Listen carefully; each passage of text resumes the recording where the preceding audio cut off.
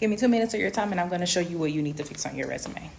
Okay, this is going to be a good one. This is one of my favorite resumes to edit. I know a lot of people like these templates, and I'm going to be the bad guy and tell you that you need to take your resume out of these templates when you are applying to jobs online. Here are some reasons why you're going to want to take it out of this template. One, this big column right here, this blue thing, I don't know what it is. I don't like it. Please stop putting things like this on your resume, because if it's an object, it shows up as coding when it's in the back end of the system. And even to the eye, it looks fine.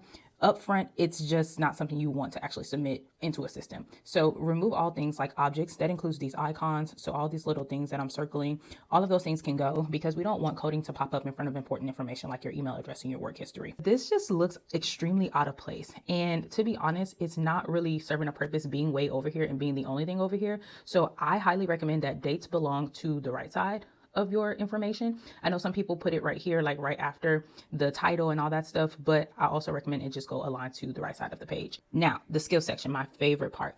None of this stuff actually matters in terms of telling them you have the skill versus showing them you have the skill. The skill section should be reserved strictly for hard skills only. And what that means is that when you were using telephones, right, and you were providing customer service, what systems and softwares were you using? Because if you were using a telephone system, whether it be something online, a physical phone, what type of system is that?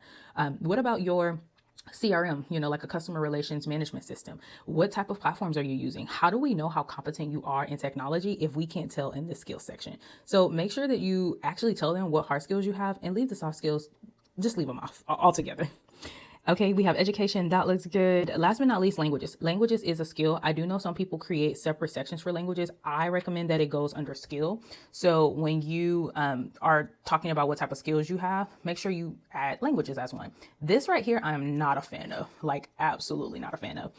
Why? Because what does this even mean? What does this even mean, right?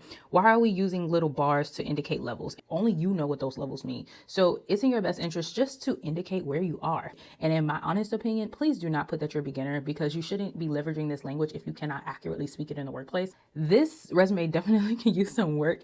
A lot of people are not going to want to hear this because it's aesthetically pleasing, but you are not here to produce an aesthetically pleasing resume. You're here to communicate that you can do the job. So make sure that you are giving them what they need straight to the point, and I hope you get the job.